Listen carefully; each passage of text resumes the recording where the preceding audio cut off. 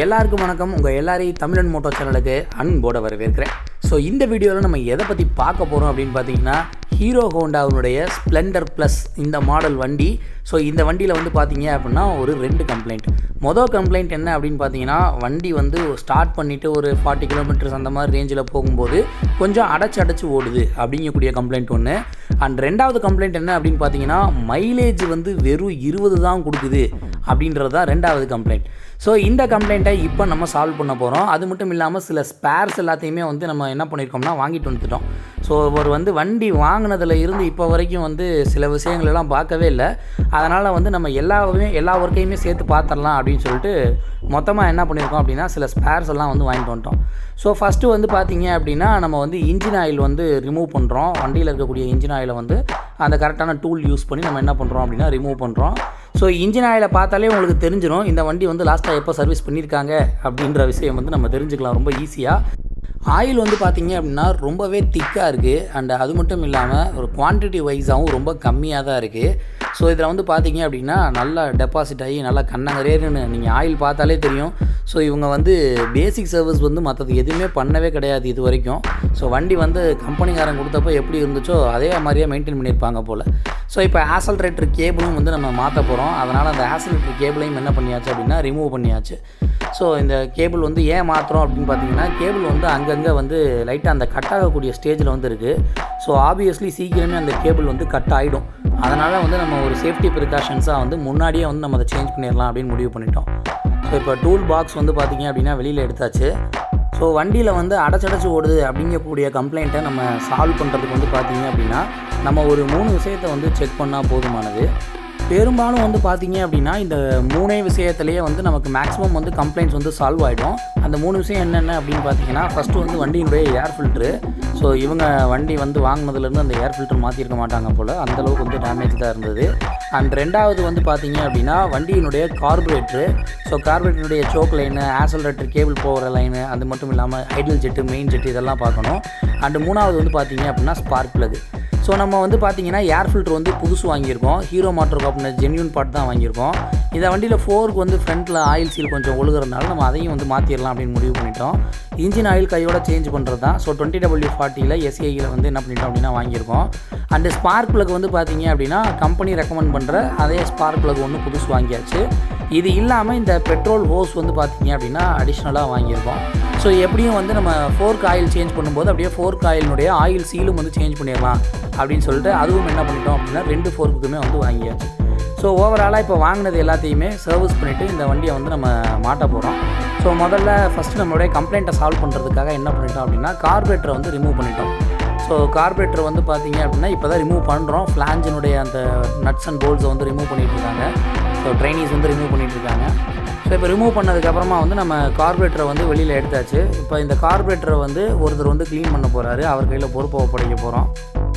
So carburettor வந்து remove பண்ணுறாங்க.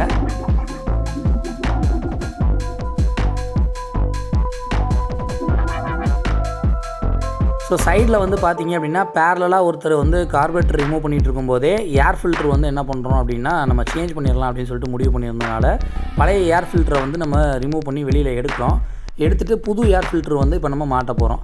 So இந்த ஏர் ஃபில்டர் பாக்ஸே வந்து ரொம்ப டஸ்ட்டாக தான் இருக்குது. ஸோ இப்போ கலட்டின ஏர் ஃபில்டரை வந்து நம்ம ஏர் வச்சு க்ளீன் பண்ணிகிட்டு இருக்கோம். அந்த உள்ளே இருக்கக்கூடிய அந்த வளையம் மாதிரி இருக்கக்கூடிய போர்ஷனை வந்து இது எப்போவுமே வந்து ஏர் வந்து பார்த்திங்கன்னா உள்ளே இருந்து தான் வெளியில் அடிக்கணும். அப்போ தான் டஸ்ட்டு பூராமே வந்து வெளியில் போகும். வெளியே இருந்து உள்ளே அடிச்சிங்க அப்படின்னா மேபி டஸ்ட்டு வந்து உள்ளே போகிறதுக்கும் சான்சஸ் இருக்குது. ஸோ இப்போ பேரலாக வந்து நம்மளோட ட்ரெயினி ஒருத்தர் வந்து என்ன பண்ணுறாரு அப்படின்னா இந்த கார்பரேட்டரை வந்து க்ளீன் பண்ணுறாரு. So ideal jet, main jet இது எல்லாத்தையுமே எடுத்துகிட்டு பெட்ரோல் அடித்து அதுக்கப்புறம் வந்து நம்ம ப்ரஷ் வச்சு ஃபுல்லாக தேய்ச்சி என்ன பண்ணுறாங்க அப்படின்னா க்ளீன் பண்ணுறாங்க. ஸோ ஆப்வியஸ்லி வந்து ஒவ்வொன்றா என்ன பண்ணிகிட்ருக்காங்க அப்படின்னா ரிமூவ் பண்ணிவிட்டு க்ளீன் பண்ணிகிட்ருக்காங்க. ஸோ இதில் வந்து பார்த்திங்கன்னா அந்த அடியில் இருக்கக்கூடிய கப்புனுடைய ஓவர்ஃப்ளோ பைப் வந்து அடைச்சிருந்தது. அதனால் அதை இப்போ நம்ம என்ன பண்ணுறோம் அப்படின்னா ஏர் வச்சு க்ளீன் பண்ணுறோம்.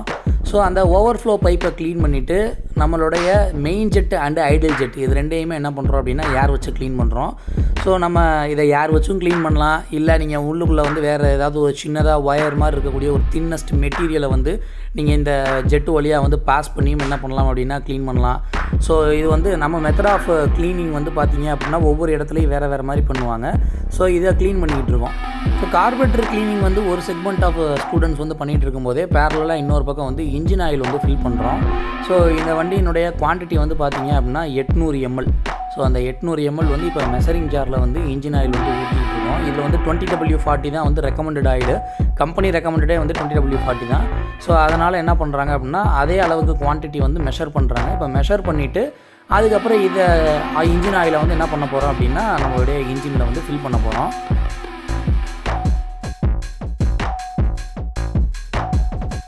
எப்போவுமே வந்து நம்ம வண்டியில் இருக்கக்கூடிய இன்ஜின் ஆயிலை ரிமூவ் பண்ணி எடுக்கிறதுக்கு முன்னாடி லைட்டாக வந்து இன்ஜினை ஹீட்டில் வச்சுட்டு இருக்கும்போது, அதாவது லைட்டாக வண்டியை ஸ்டார்ட் பண்ணி ரைஸ் பண்ணிவிட்டு அதுக்கப்புறம் கீழே இருக்கக்கூடிய ட்ரெயின் போல்ட்டை வந்து நம்ம ரிமூவ் பண்ணோம் அப்படின்னா அந்த உள்ளே இருக்கக்கூடிய கசடுகள் எல்லாமே சேர்ந்து வந்து வந்துடும். ஒரு வார்ம் அப் கண்டிஷனில் வந்து இன்ஜினை வச்சுட்டு நம்ம இன்ஜின் ஆயில் வந்து ரிமூவ் பண்ணணும்.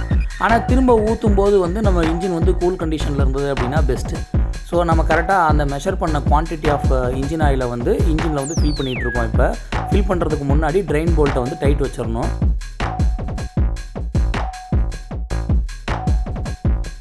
இன்ஜின் ஆயிலை வந்து ஃபில் பண்ணதுக்கப்புறமா இப்போ நம்ம ஸ்பார்க் ப்ளக்கை வந்து என்ன பண்ணியிருக்கோம்னா வண்டியிலேருந்து கழட்டியிருக்கோம்.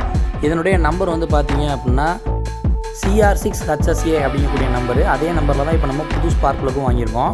ஸோ பழைய ஸ்பார்க் ப்ளக்கில் வந்து பார்த்தீங்க அப்படின்னா அது கொடுக்கக்கூடிய அந்த ஸ்ட்ரென்த் வந்து கம்மியாகிடுச்சு, அந்த ஸ்பார்க்கினுடைய ஸ்ட்ரென்த் கம்மியாகிடுச்சு. அதனால தான் ஸ்பார்க் ப்ளக் வந்து சேஞ்ச் பண்ணுறோம்.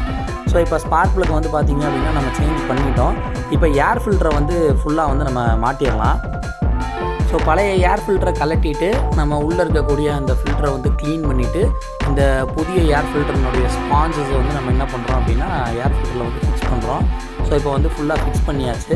இப்போ இந்த ஃபிக்ஸ் பண்ண ஏர் ஃபில்டரை வந்து நம்ம வண்டியில் வந்து மாட்டிடலாம். எப்போவுமே ஏர் ஃபில்டர் மாட்டுறதுக்கு முன்னாடி அந்த பாக்ஸை ஒரு தடவை தொடச்சிட்டு அதுக்கப்புறம் மாட்டணும். ஸோ இப்போ வந்து கார்பரேட்டருக்கு வந்தோம் அப்படின்னா நம்ம கார்பரேட்டரில் வந்து நீடில் எல்லாமே நல்லா இருக்குது. ஸோ ஃப்ளோட் வந்து ஃபுல்லாக செக் பண்ணியாச்சு. நம்ம already main jet and ideal jet வந்து செக் பண்ணிட்டோம். அது மட்டும் இல்லாமல் இந்த கார்பரேட்டர்னுடைய அவுட்டர் பார்ட்லலாம் பார்த்தீங்க அப்படின்னா கொஞ்சம் உள்ளுக்குள்ள நிறையா கார்பன்ஸ் எல்லாம் இருந்தது. ஸோ அந்த கார்பன் எல்லாத்தையுமே வந்து க்ளீன் பண்ணிவிட்டு இப்போ திரும்ப என்ன பண்ணியிருக்கோம் அப்படின்னா கார்பரேட்டர் ஃபுல்லாக கழுவிட்டு திரும்ப ஃபிக்ஸ் பண்ணிகிட்டு இருக்கோம். ஃபுல்லாக ரிமூவ் பண்ண அந்த கார்பரேட்டரை வந்து பார்த்திங்க அப்படின்னா நம்ம ட்ரைனீஸ் வந்து மறுபடியும் ஃபிக்ஸ் பண்ணிகிட்டு இருக்காங்க. பேரலாகவே வந்து பார்த்திங்க அப்படின்னா ஆசலரேட்டர் கேபிளை வந்து ஒருத்தர் மாட்டிகிட்டு இருக்காரு.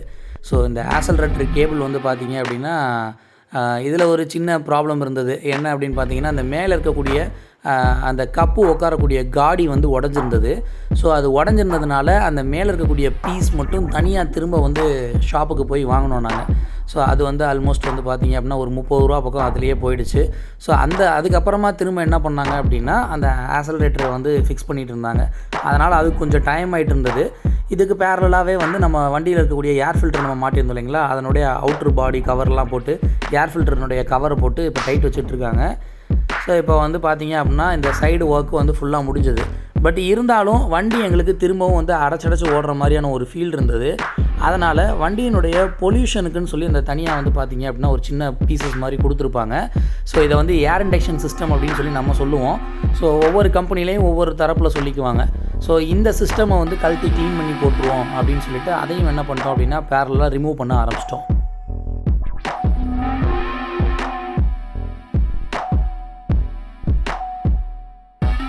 ஸோ இந்த பர்டிகுலர் டியூபை வந்து ஃபுல்லாக ரிமூவ் பண்ணிவிட்டு உள்ளே பார்த்தோம் அப்படின்னா ஒரு ஷாக்கு என்னென்னு பார்த்தீங்கன்னா பைப்புக்குள்ளே வந்து ஒரு போல்ட் இருக்குது. அந்த போல்ட் வந்து அந்த ஹோஸுக்கு நடுவில் போயிருக்கு. அது எப்படி உள்ளே போச்சு அப்படின்னு எங்களுக்கு தெரியல. ஸோ அந்த போல்ட்டை வந்து ரிமூவ் பண்ணிவிட்டு இப்போ அந்த பொல்யூஷன் டெஸ்டினுடைய டியூபையும் வந்து ஃபுல்லாக கலட்டி அந்த சிஸ்டத்தையும் வந்து ரிமூவ் பண்ணிகிட்ருக்கோம். இப்போ அந்த சிஸ்டத்தில் வந்து பார்த்திங்க அப்படின்னா ஃபுல்லாக ஆயில் வந்து டெபாசிட் ஆகிருக்கு. ஆக்சுவலாக இதில் வந்து ஆயிலெலாம் இந்த பாதையில் வந்து போகிறதுக்கு சான்சஸ் கிடையாது. பட் இதில் ஆயிலும் கார்பனும் ரொம்பவே அதிகமாக டெபாசிட் ஆகிருக்கு. அதை வந்து ஒரு ட்ரெயினி வந்து ஒரு க்ளீன் பண்ணுறதுக்காக வாங்கிட்டு போயிட்டார். ஸோ இப்போ இதுக்கு அடுத்து வந்து பார்த்தீங்க அப்படின்னா நம்ம வண்டியினுடைய ஃபோர்க் ஆயில் வந்து வாங்கி வச்சுருந்தோம். நான் ஏற்கனவே காமிச்சிருந்தேன் ஸ்பேர்ஸில். அதனால் வந்து இந்த டயரை ரிமூவ் பண்ணிட்டோம், பிரேக் ஷூ, அந்த பிரேக் கேலிப்பர்ஸ் எல்லாத்தையுமே ரிமூவ் பண்ணிட்டோம். ஸோ இப்போ வந்து பார்த்திங்கன்னா மட்கார்டை வந்து ரிமூவ் பண்ணிட்டோம். ஸோ எதுக்கு அப்படின்னா ஃபோர்க்கை கழட்டி அந்த ஆயிலை வந்து சேஞ்ச் பண்ணலாம் அப்படின்னு சொல்லிட்டு. பட் ஃபோர்க் ஆயில் சேஞ்ச் பண்ணுறதுக்கு முன்னாடி எங்களுக்கு வந்து பார்த்திங்கன்னா இந்த ஃபோர்க் வந்து உள்ளுக்குள்ளே இருக்கக்கூடிய அந்த ஸ்ப்ரிங்கு, டேம்பர் ராடு எல்லாத்தையுமே ஒரு தடவை வந்து நம்ம கலட்டி க்ளீன் பண்ணி மாட்டிடலாம் அப்படின்னு தோணுச்சு. ஏன்னா வந்து ரொம்ப காலமாக வந்து இவங்க எடுக்காமல் இருந்ததுனால அப்போ தான் வந்து பார்த்திங்க அப்படின்னா இந்த ஃபோர்க் ஆயில் வந்து அது ஆயில் மாதிரி இல்லை, சம்திங் க்ரீஸ் மாதிரி இருந்தது. ஸோ ஒரு மாதிரி க்ரீஸி கண்டென்ட்டாக ஒரு மாதிரி இருந்தது. இந்த ஃபோர்க் ஆயில் ஓப்பன் பண்ணும்போதே வந்து வேறு லெவலில் ஸ்மெல் அடித்தது. எங்களால் பக்கத்தில் நிற்கவே முடியல. ஸோ அந்தளவுக்கு வந்து பார்த்திங்க அப்படின்னா ஸ்மெல் இருந்தது. ஸோ இந்த ஆயிலை வந்து நாங்கள் உள்ளே வச்சு வேலை பார்க்காம வெளியே எடுத்துகிட்டு வந்துட்டோம். ஏன்னா உள்ளே ஃபுல்லாக நம்ம ஒர்க் பண்ணக்கூடிய அந்த ஏரியா ஃபுல்லாகவே வந்து ஸ்மெல் ரொம்ப மோசமாக இருக்குது அப்படிங்கிறதுனால அதை நாங்கள் வெளியிலே எடுத்துகிட்டு வந்துட்டோம்.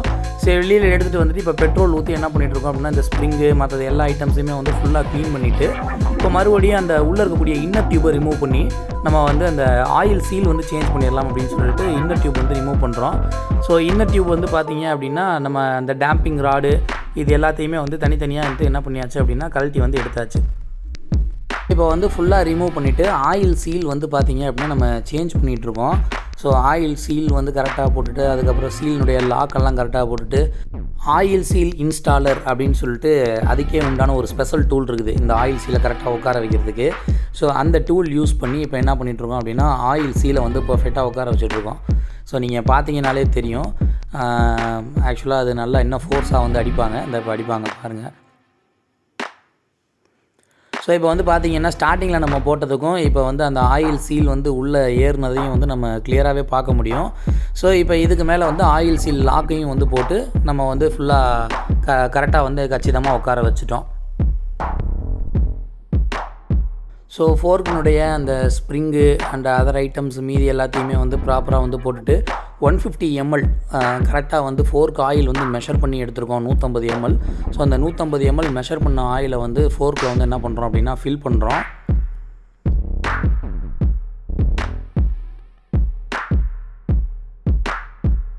ஸோ ஃபுல்லாக வந்து ஃபில் பண்ணிவிட்டு நம்ம வந்து மற்ற எல்லா இதையுமே ப்ராப்பராக கம்ப்ளீட் பண்ணிவிட்டு இப்போ வீலை வந்து என்ன பண்ணுறோம் அப்படின்னா ஃபிக்ஸ் பண்ணுறோம். ஸோ இதில் வந்து பார்த்திங்க அப்படின்னா நம்ம ஆல்மோஸ்ட் வந்து இந்த 2 கம்ப்ளைண்ட்ஸுமே வந்து நம்ம அரெஸ்ட் பண்ணிட்டோம். நம்ம எடுத்த அந்த ஏர் இண்டக்ஷன் சிஸ்டம், அந்த பொல்யூஷன் வரக்கூடிய அந்த டியூப் இருக்குது இல்லைங்களா, ஸோ அதிலையே வந்து நம்ம வந்து பார்த்திங்க அப்படின்னா அந்த பிக்கப் குறையிறதும் அதே மாதிரி இந்த 40 கிலோமீட்டர் அடைச்சடிச்சு ஓட்டக்கூடிய கம்ப்ளைண்ட்டு அதுலேயும் கார்பரேட்டர் க்ளீன் பண்ணதுலையும் அந்த ப்ராப்ளம் வந்து நமக்கு என்ன பண்ணியிருக்கும் அப்படின்னா ஆட்டோமேட்டிக்காக சால்வ் ஆகிருக்கும். ஸோ அது மட்டும் இல்லாமல் இதை ஒரு ஜென்ரல் சர்வீஸும் நம்ம வந்து பார்த்துட்டோம். பிரேக் ஷூ வந்து ஆக்சுவலாக கொஞ்சம் ஓரளவு நல்லா தான் இருந்தது. அதனால் வந்து நாங்கள் பிரேக் ஷூஸ் எல்லாமே வந்து கை வைக்கல. இப்போ திரும்ப வந்து 2 4Kயுமே கரெக்டான அளவுக்கு டைட் வச்சுட்டு நம்ம வந்து வீலு பிரேக்ஸ் எல்லாத்தையுமே வந்து ஃபிக்ஸ் பண்ணிவிட்டு கஸ்டமர்கிட்ட வண்டியை ஒப்படைச்சாச்சு. இப்போ ஸ்டார்ட் பண்ணுங்கள்.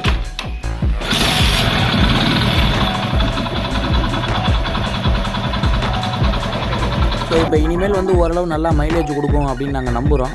ஸோ முடிஞ்ச அளவுக்கு பக்கத்தில் இருக்கக்கூடிய மெக்கானிக்ஸ்கிட்ட கொடுத்து உங்கள் வண்டியை ப்ராப்பராக சர்வீஸ் பண்ணிக்கோங்க. அண்டு இவ்வளவு நேரம் உங்களுடைய பொன்னான நேரத்தை ஒதுக்கி இந்த வீடியோவை பார்த்த உங்கள் எல்லாத்துக்குமே நன்றி. வணக்கம்.